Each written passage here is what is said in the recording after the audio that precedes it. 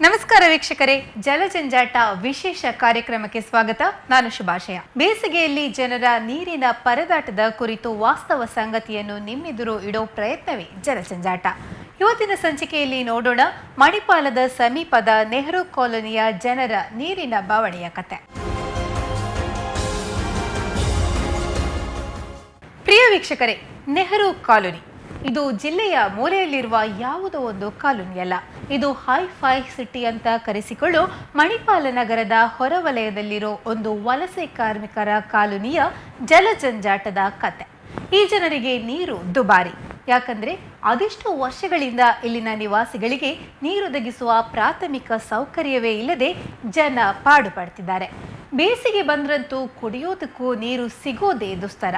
ಇಲ್ಲಿನ ಜನರ ನೀರಿನ ಗೋಳಿನ ಕತೆಗೆ ನಗರಸಭೆ ಆಗಲಿ, ಜಿಲ್ಲಾಡಳಿತ ಆಗಲಿ, ಜನಪ್ರತಿನಿಧಿಗಳಾಗಲಿ ಜಾಣ ಕುರುಡುತನ ತೋರ್ಪಡಿಸ್ತಾ ಇದ್ದಾರೆ.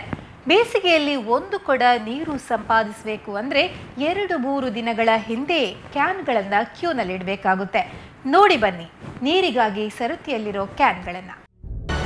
ಇದು ನೆಹರು ನಗರದ ನಿವಾಸಿಗಳ ನೀರಿನ ಒದ್ದಾಟದ ಚಿತ್ರಣವಾದರೆ ಇದು ಮಕ್ಕಳ ಮೇಲೆ ಹೇಗೆ ಪರಿಣಾಮ ಬೀರುತ್ತೆ, ಜನರ ಸಮಸ್ಯೆಗೆ ನಗರಸಭೆಯ ಪ್ರತಿಕ್ರಿಯೆ ಏನು ಅನ್ನೋದನ್ನ ತೋರಿಸ್ತೀನಿ ಪುಟ್ಟ ವಿರಾಮದ ನಂತರ.